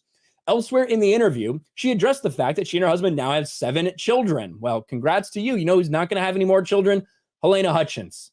Helena Hutchins is not going to have any more children. And to me, it's been astonishing to see how Alec Baldwin all along the way has played victim from the very beginning of this thing. Now, I also said, I don't think Alec Baldwin intended to do this. I think that's pretty obvious, but he also has lied repeatedly about this. He's tried to make himself into the victim. He lied when he said he didn't pull the trigger because after forensic testing, after everything that people knew who'd ever held a revolver before, this type of revolver, it doesn't just go off without you pulling the trigger. It's physically fucking impossible. That's what Alec Baldwin said happened, even though that's a complete and total lie. Even the FBI proved that he was lying about that. So from the beginning, you've seen this dude and his wife play the victim in this. Instead of maybe showing a little bit of fucking humility and putting all the focus on this family who has lost a mother, lost a husband, lost all these things. Instead, they've filed lawsuits against people. They've lied out in public, tried to make themselves the victim. And apparently it's not slowing down. The wife of Alec Baldwin says, we're not okay 1 year after this. Well, sure as shit, I bet the Helena Hutchins family isn't okay either. But you don't really care about that, do you? Fucking miserable.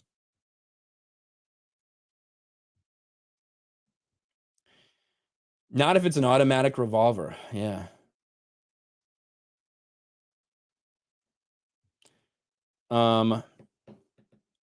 Let's see. Where was I? Bruce Decker for 5. They'll show hundreds of documentaries about the royal family and say nothing about Prince Andrew being buddies with Jeffrey Epstein. Yeah, I know. It's not about the actual atrocities. It's about this fake racism shit that she's saying she experienced. That's what it'll be about. Sean Godley for 5. That BS tweet about Chick-fil-A hits close to home. I appreciate your and Jeremy's response. Milkshakes and sandwiches inbound as a thank you. Yes, I will take it. I will take it. Taker for $2. LeBron's high school book reports were 1 paragraph long. I'd be surprised if they were actually that long. Jimmy G out for the season. Are you serious with that ankle? A broken foot. Wow. Wow. Hold on, I gotta message someone about that.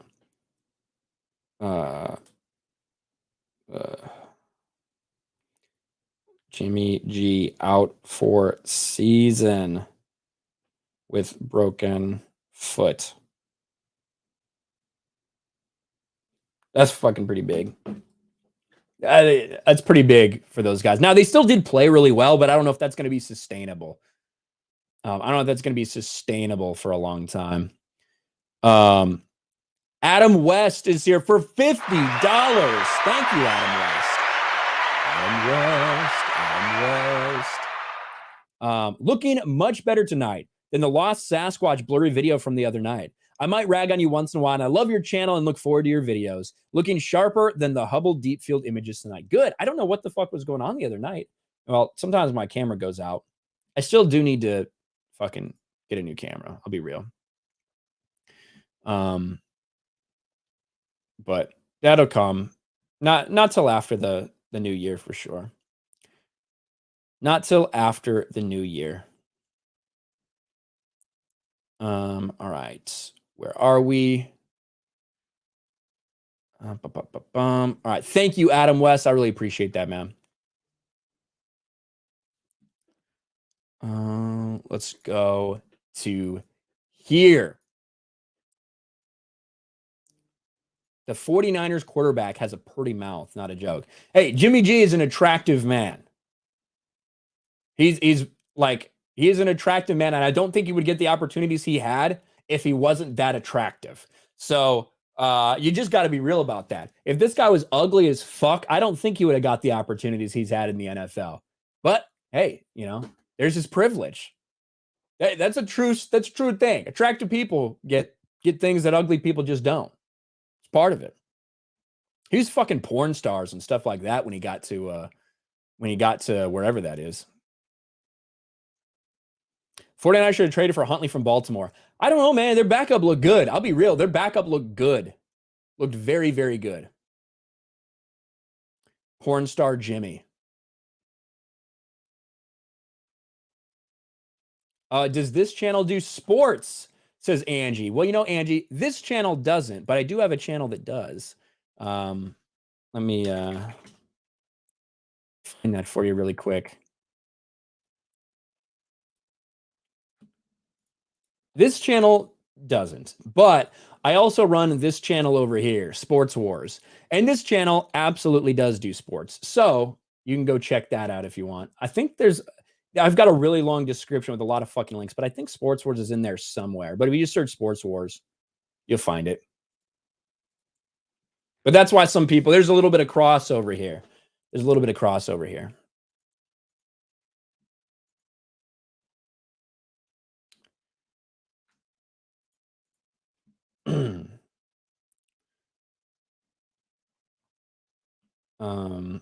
All right, let's open this up here. I want to talk a little bit about James Woods.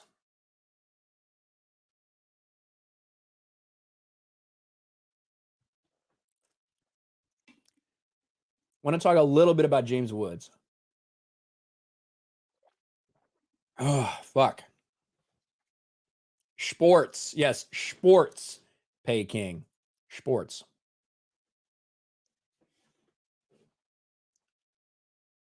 One thing has been made crystal clear in the entertainment industry, in woke Hollywood, that if you have a viewpoint that doesn't align with the echo chamber, they will ostracize you. They'll do everything they can to cancel you, especially if you openly admit that you might be a conservative. Even if there's hints about that, you'll see the attacks. For someone like Chris Pratt, who's been very close to the vest about any of his political viewpoints, they come after him all the time. They accuse him of horrendous things simply because they think they know his politics. But for people that are open about it, open about being a conservative in Hollywood, it's a death sentence to your career. And James Woods has been someone who's spoken out about it for a very long time. And now he's blowing it wide open. After it was revealed with the Twitter files, when Elon Musk revealed all of these things, that there were people in the government working with Twitter to censor specifically James Woods. This was the thread from Matt Taibbi when going over everything. There's a big story about the Hunter Biden laptop story, all these things, but up in here, this is where it comes. This is where James Woods comes in. Fuck. This is where James Woods comes in. Celebrities and unknowns alike could be removed or reviewed at the behest of a political party. I grabbed the first one under SI, deferred to safety for the second high-profile one. An additional report from the DNC, the Democratic National Committee, James Woods. And Twitter complied. Twitter censored James Woods. They even suspended James Woods. They were actively deleting tweets. Twitter, a big tech company working with the government to censor a conservative actor. And now he is going absolutely balls to the wall talking about this. Hollywood icon James Woods has opened up about the left's attempt to destroy his acting career, promising he'll fight back against the people who took his livelihood from him. He also confirmed the existence of a present-day Hollywood blacklist, saying casting directors deliberately weed out actors whose social media history shows any deviation from the left. And as I've said many times, I hate the fact that we have a foot ad in this thing. This is like around the web, different like stories, and it's just an ugly picture of some people's feet. Get the fuck out of here. Not interested. More feet. Offensive. All right, there we go. God, that was fucking weird. But anyway, that really fucking threw me off. Now I think, and I've said multiple times, that I don't necessarily need actors out there spewing their political talking points, even if I agree with them. However, if you're going to let it be there one way, if you're going to let people on the left do that, if the people in Hollywood are going to let people spouse the far left talking points, then you need to do the same with the other side. You need to have it be so people can actually speak their minds without fear of being shunned or canceled. That's not the way it is in Hollywood. We've seen that time and time again. Look at Gina Carano and how she was treated by Disney. Here's James Woods. I've been a target of these people for 6 years. They destroyed my career. They destroyed my livelihood. They destroyed my faith in a country and my family that's defended the military since the Revolutionary War. Woods spoke to Tucker Carlson just after the release on Friday of Elon Musk's internal Twitter files, which revealed the Democratic National Committee pressured Twitter to censor Woods just before the presidential election. Scratch a liberal and you'll find a fascist every time. These Democrats, and I can now say that because I know my enemy, they declared this, not me. But when they go around calling everybody, oh, this one's a fascist, and so on, you know who the fascists are? Them. And I will say, if you're the one out there that is advocating the complete and total censorship of another side of the political aisle, yeah, that's pretty fucking fascist, especially if you're in the government.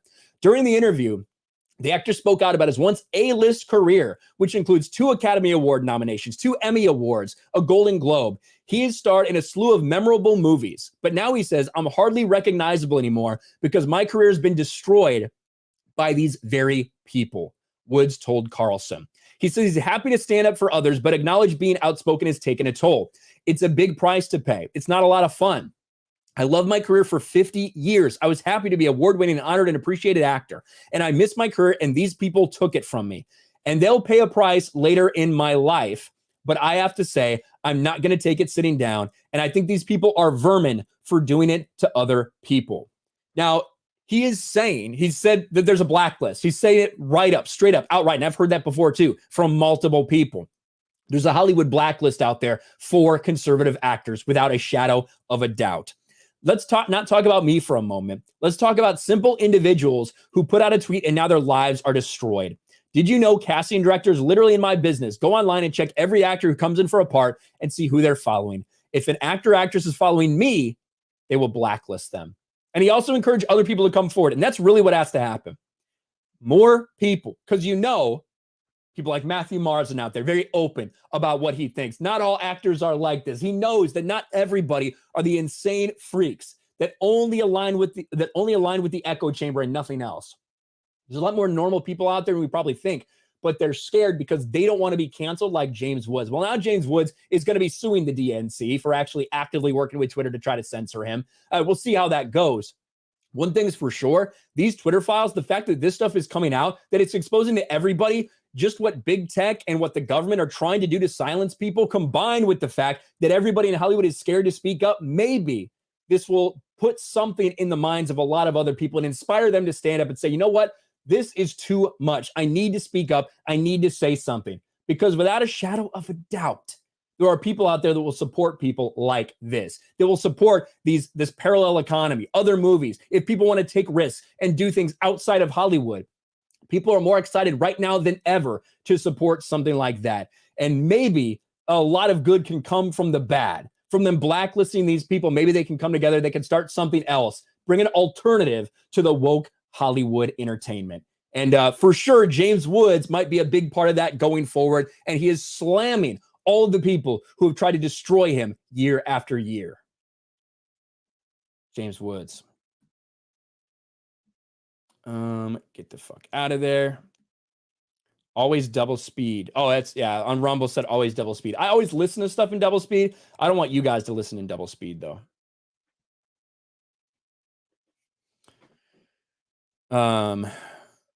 Gabriel Knight for 2. Burrow owns Mahomes. I mean, Mahomes, they were up 24-20 when I stopped watching, so I don't know what happened at the end. I'll have to watch it though. Drunk 3PO, member for 24 months, no Egypt hat. Yeah, it's in my car. It's in my car, bro. Swing Out Museum for 5. Appreciate the work you do. Well, thank you, Swing Out Museum. Hayden for $50. Hail Ryan in chat. I'm halfway through a 10-hour drive and just want to say thanks for streaming these segments. Nice to be able to listen while on the road. Well, yeah, man. I'm glad. I'm glad I'm able to entertain you on the trip. And thank you for a $50 super chat. That ain't cheap. It's a lot of fucking money. So thank you, dude. I appreciate that. Yeah, I left all my shit in Jay's car, or in Jay's bag. Jay, we got asked today about if we're going to go to the escape room. The new Universal escape room.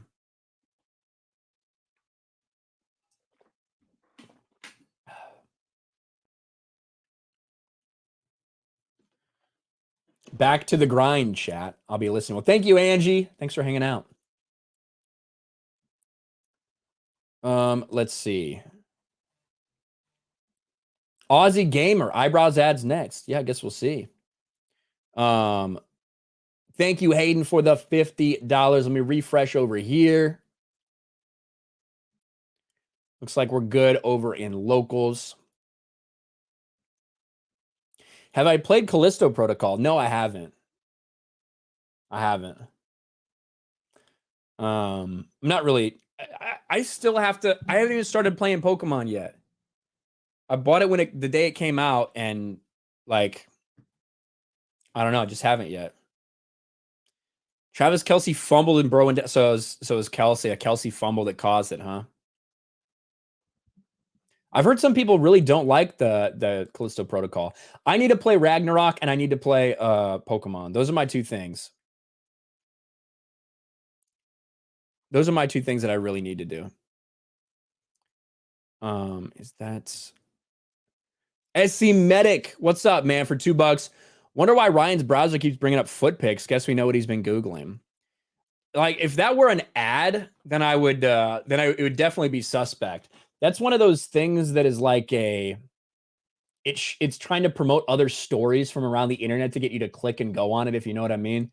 So yeah. But yeah, targeted ads are ridiculous. I also just got a red carpet one, so I don't know. Love Pokemon Violet. Nice. No Mario Kart. What do you mean no Mario Kart? Like, period? Is there no Mario Kart tonight? I'll wait to be answered.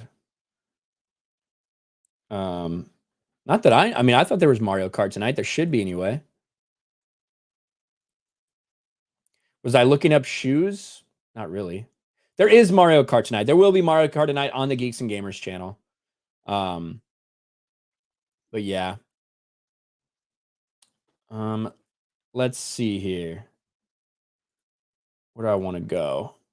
I think I might be fucking done, honestly. I feel like, actually, I got one more thing we need to talk about. Definitely need to talk about this. I'll even bring this out.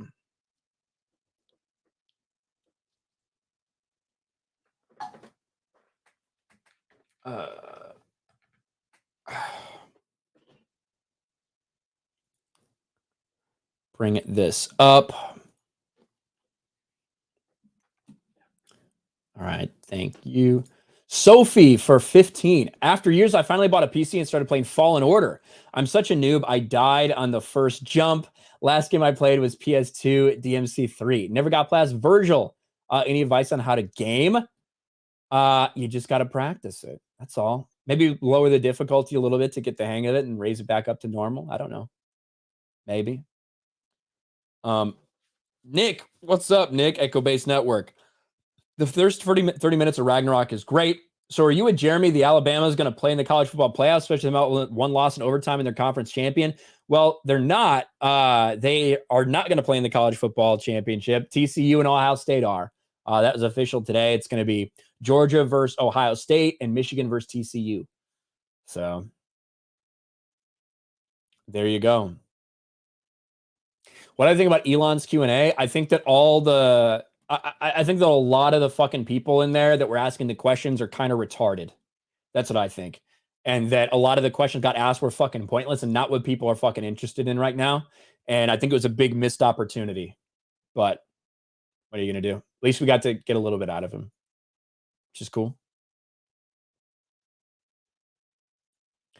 None of the top 3 grossing animation movies are made by Disney. Oh, look at, like, I don't know what the other ones are, but when you look at not Despicable Me, Minions: Rise of Gru, that made almost $1 billion. Almost $1 billion at the box office. That's targeted towards the same demographic as what Strange World should be. So it's not like the money's not out there. People blaming the pandemic and all that bullshit. It's not the fucking pandemic. That's not a fucking excuse anymore.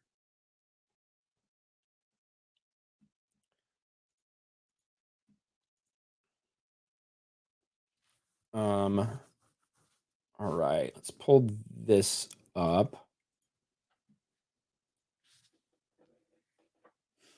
Good for you, Anob. Good for you, buddy. That's good to hear. Let me take one sip. This might be the last thing we do.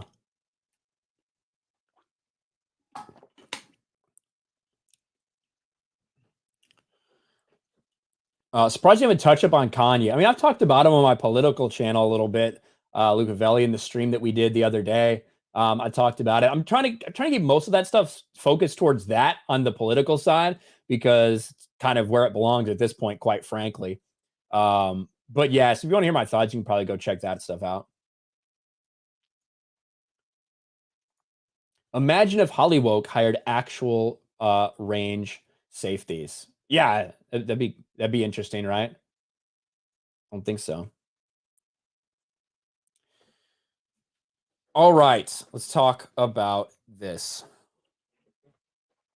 For years, we've been talking about how Hollywood is clearly pushing an agenda, identity politics and virtue signaling ahead of entertainment. And for years, people say, oh, no, that's crazy. These things are just happening. It's just a coincidence that all these characters are suddenly being race swapped, that all these characters are suddenly being turned gay, things like that. Well, no, that's not the case. There's been internal memos for years about these things, about the active trying to destroy what came before, actively trying to change established characters and things like that, all in order to diversify the programming. Well, now we have something like this that Gary tweeted out. Since we're dropping some dimes on Twitter from the Writers Guild of America, reinterpreting legacy characters.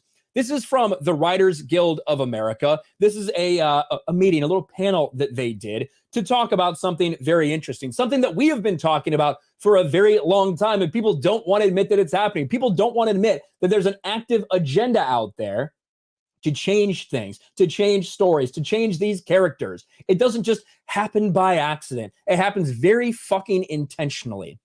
Queer Eye for comic books. LGBTQ plus voices on IP adaptations for film and TV.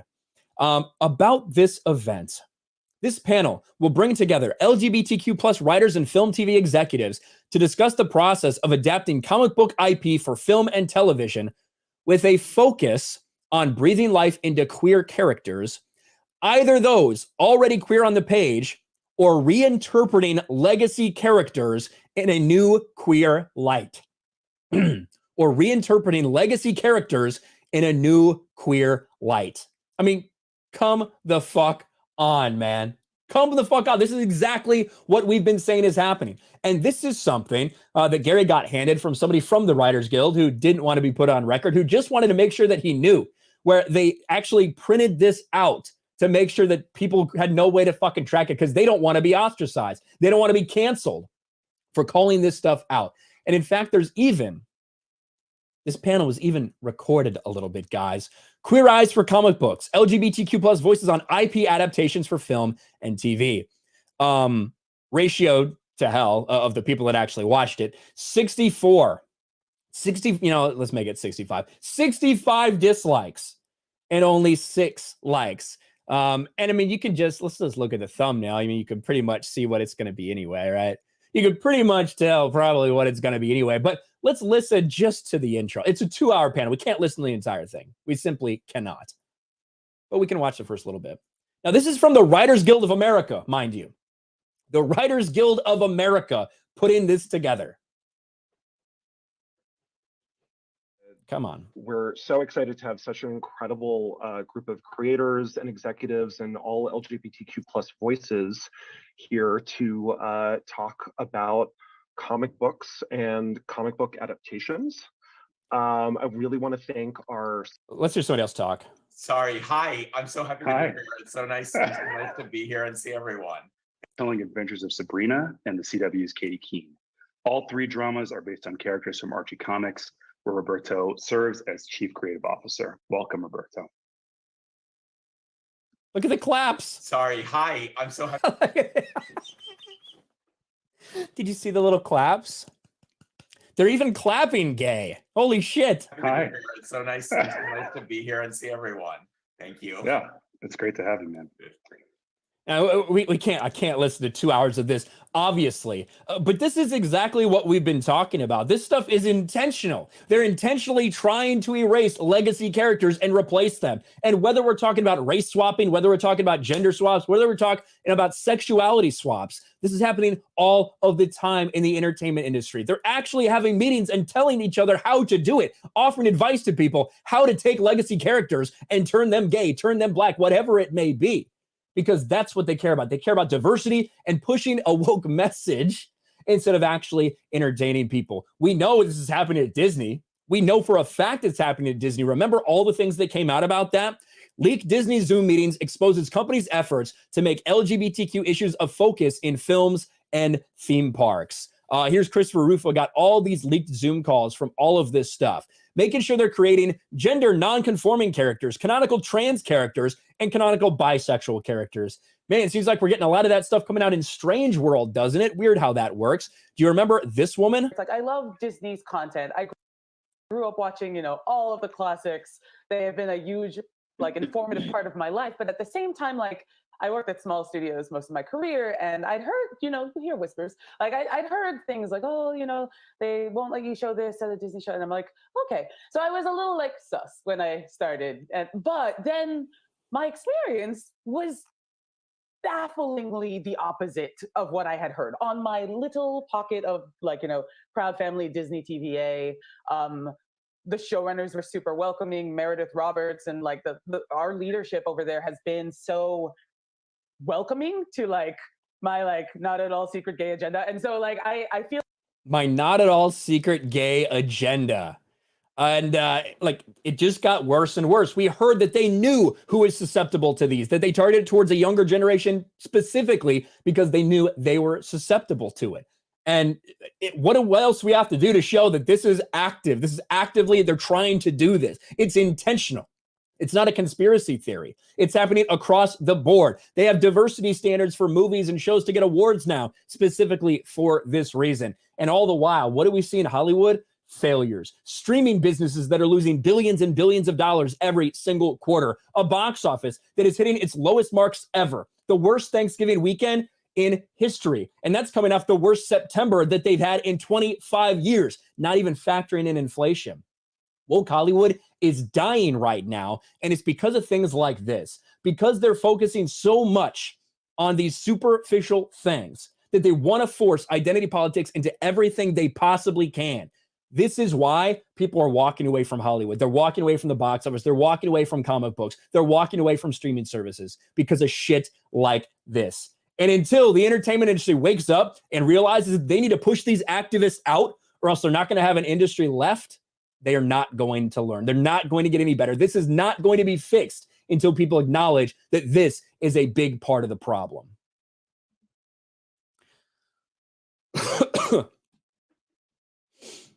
Ugh. I am telling you, Twitter isn't the only platform that interfered in the election. Yeah, no shit. Mark Zuckerberg said that Facebook did months ago on Joe Rogan. It's not a surprise.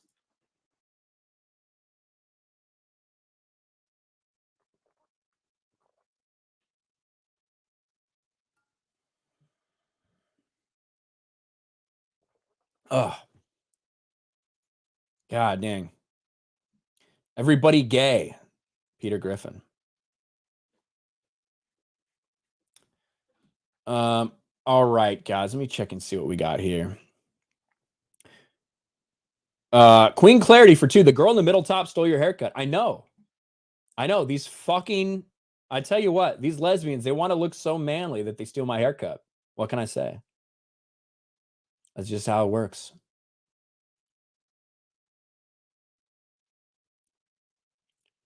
That's just how it works. All right, just let me make sure that we're good. I think we are. And yeah, I think that's going to be it, guys. I wanted to do a little bit longer, but I'm fucking feeling like shit. I am feeling like fucking shit. So I think we're going to have to end it a little bit early. But a couple shout outs before I do. I want to give a shout out to Meta PCs. Obviously, what was it? November. We had a lot of you guys supported Meta PCs this November, and I really fucking appreciate it. One, because obviously it helps me out, but two, Meta PCs is just an awesome company. Zach is a great dude. He swung by for my 200K stream. He was hanging out in the chat and shit like that.